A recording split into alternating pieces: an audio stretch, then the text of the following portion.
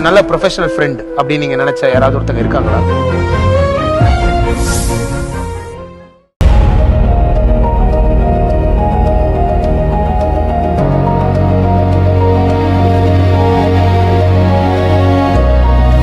ஒரு பொம்பளை புள்ள காணாத போய் 2 நாள் ஆச்சுடா. நீயும் பொண்டாட்டி வீட்டில் இருக்கீங்க, அதுவும் ஒய்யாரமா இருக்கீங்க.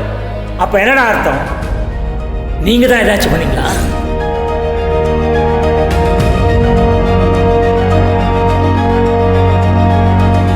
ஜனனி, என்ன பண்ணிக்கிட்டு இருக்க நீ? இங்க பார், உனக்காக தான் நான் நச்ச கப்பலை போட்டு வச்சுட்டு ஃபோன் பேசிட்டு வரேன்னு போனேன். அதை கூட சாப்பிடாம அப்படியே வச்சிருக்க. என்ன யோசனை அப்படி? இல்ல சக்தி, எனக்கு பசிக்கல, நான் இப்பதான் சாப்பிட்டேன். இங்க பார், உனக்கு பசி இல்லாம இருக்கலாம், ஆனா பிள்ளைக்கு பசிக்கும்ல. சாப்பிடு. எல்லாரும் இப்படிதான் பண்றீங்க சக்தி. இங்க பாரு, நான் சாப்பிட்டேன். குழந்தை மேல அக்கறை இல்லாமலாம் இல்ல. வீட்டுல இவ்ளோ பிரச்சனை நடந்திருக்கு. உங்க அண்ணனுங்களும் தேடாம வீட்லயே உட்கார்ந்துருக்காங்க. இப்ப நம்மளையும் தேடக்கூடாது, எங்கேயும் போக கூடாதுன்னு சொல்லி உட்கார வச்சுட்டாங்க. என்ன சக்தி இதெல்லாம்? ஜனனி, நாளைக்கு போலீஸ் காலையில விசாரிக்க வரும்போது நீ தெளிவா சொல்லு. எதுவா இருந்தாலும் பாத்துக்கலாம். எதுக்கு சக்தி? எதுக்கு நம்ம இந்த விசாரணையை ஃபேஸ் பண்ணணும்? அதுக்கான அவசியம் என்ன இருக்கு சொல்லு. நீ அப்போ வேற என்ன பண்ணணுங்கிற? போலீஸ் கேட்கறப்ப நடந்தது தைரியமா சொல்லு, நான் உன் கூட நிக்கிறேன். என்ன சொல்ற? தர்ஷினியை நம்ம ஃபோன் பண்ணி வர சொன்னோம், அவ வந்தா. வீட்டுக்கு வந்து சேர்ற வழியில அவ திடீர்னு காணாம போயிட்டா. இதானே? இதை தவிர நம்மளால வேற என்ன சொல்ல முடியும்?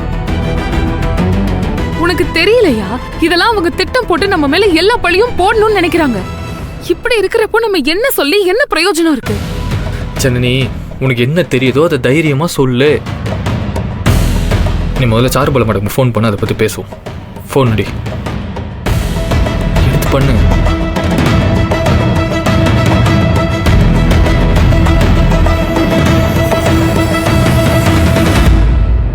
சொல்லுங்க ஜனனி, என்னாச்சு? மேம், ஏதாச்சும் தெரிஞ்சதா?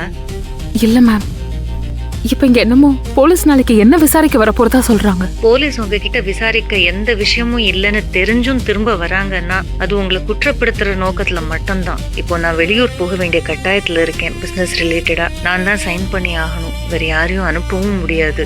புரியுது மேம். ஏதாவது அர்ஜென்ட் விஷயம்னா என் ஜூனியர் தீப்தி இருக்கா, எல்லாமே அவ ஃபாலோ பண்ணுவா. என்ன எமர்ஜென்சினாலும் நீங்க அவளை காண்டாக்ட் பண்ணுங்க. she knows the complete details of the case. சரி மேம், இதெல்லாம் சட்டப்படி ஓகே. அது நம்ம கோர்ட்டுக்கு வரும்போது அதை பத்தி நம்ம தெளிவா பேசிக்கலாம். ஆனா இப்ப இங்க என்ன பண்றது? நாளைக்கு போலீஸ் இங்க வரும்போது நான் என்ன பண்றது மேம்? அதுதான் எனக்கு குழப்பமாவே இருக்கு. கூட சக்தி இருக்காரா? இருக்கா மேம். போனு கொஞ்சம் ஸ்பீக்கர்ல போடுங்க. மேம் சொல்லுங்க மேடம். சக்தி, ஒருவேளை ஜனனிய ஸ்டேஷன்ல ஹோல்ட் பண்ணிட்டாங்கன்னா நீங்க தீப்தியை வச்சு ஜாமீன் உடனே அப்ளை பண்ணுங்க. எப்படியாவது நீதிமன்ற காவல்ல எடுக்கணும்னு அவங்க சைடுல ட்ரை பண்ணுவாங்க. அதை மட்டும் விட்டுறவே கூடாது. கவனமா பாத்துக்கங்க. டோன்ட் வரி, எல்லாம் நல்லபடியா. மேம், நான் தான் இதுல எதுவும் பண்ணலையே. போலீஸ் விசாரணைங்கிற பேர்ல என்கிட்ட என்ன கேட்க முடியும்? ஜனனி அவங்க நேர்மையா இருந்தா பரவாயில்ல. இப்படி குறுக்கு வழியில போறவங்களை நாம என்ன பண்ண முடியும்? இந்த உலகத்துல மிகப்பெரிய வழக்குகள் எல்லாம் ஜோடிக்கப்பட்டது. அதை ப்ரூவ் பண்ண முடியாம அதுல பல வருடங்கள் மக்கள் சிறையில இருந்து வாடி சில சமயம் செத்து கூட போயிடுறாங்க.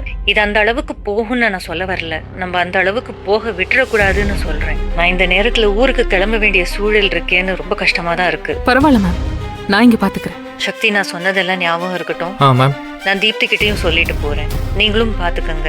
எதுவா இருந்தாலும் எனக்கு உடனே ஃபோன் பண்ணுங்க, நான் அவைலபிளா தான் இருப்பேன். Okay ma'am. Janani, stay strong. உண்மை நம்ம பக்கம் இருக்கு, எதுக்கும் பயப்பட வேண்டிய அவசியம் இல்லை. Okay ma'am.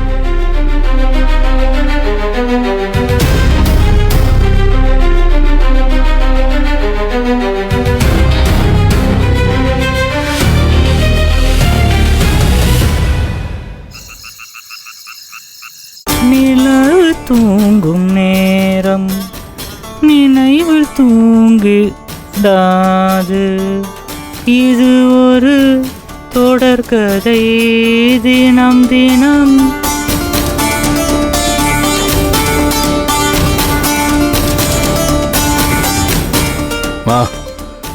எங்களுக்கெல்லாம் சாப்பாடு வேணாம்மா, எடுத்துக்கொண்டு போய் உள்ள வச்சிரு. இது உங்களுக்கு இல்லப்பா, சனனிக்கு. சக்தி, சக்தி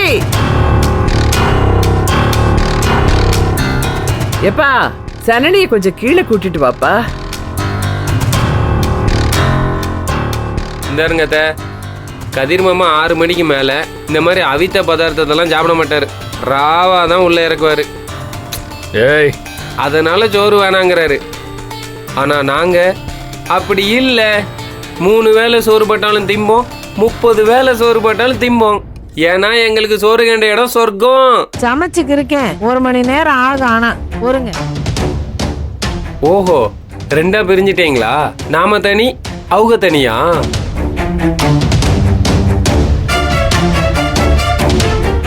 ஜனனி சாப்பிட கூப்பிடுறாங்க. எனக்கு வேணாம் சக்தி, கூப்பிட்டுக்கிட்டே இருக்காங்க. பசிக்கலடா, எனக்கு இப்போ வேணாம். நான் அப்புறம் சாப்பிட்றேன், நீ போ. இப்பெல்லாம் எப்போ கூட்டணி மாறுறாங்கன்னே புரிஞ்சுக்க முடியல. அத்தை, ஒரு காலத்தில் ஜனனி அக்காவையும் மருமகளையும் தூக்கி பந்தாடிட்டு இருந்தீங்க. இன்னைக்கு மொத்தமாக பல்ட்டி அடித்து மருமகளை சாப்பிடுன்னு தாங்கிட்டு இருக்கீங்க. கதிர் மாமா, அத்தை கூட சேர்ந்துக்கிட்டு சகட்டு மேனிக்கு நம்மளை பேசின நந்தினி அக்காவும் ரேணுகா அக்காவும் இப்போ நம்மளுக்கு சமைச்சு போடுறாங்க. காலம் மாறி போச்சியா. மிஸ்டர் கரிகாலன், காலங்களும் மாறும், காட்சிகளும் மாறும். காட்சிகள் மாறும்போது நாமளும் மாறித்தான் ஆகணும்.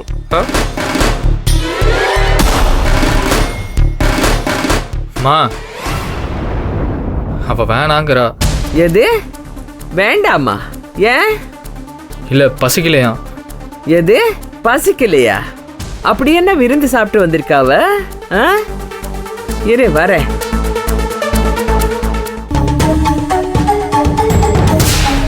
கால கொடுமடா. பசிக்குதுங்கிறவனுக்கு 1/2 மணி நேரம் பொறுங்கிறாங்க. வேணான்னு அழட்டிட்டு உட்காந்துருக்கிறவங்களுக்கு பின்னாடியே போய் சாப்பிடுன்னு தாங்குறீங்க.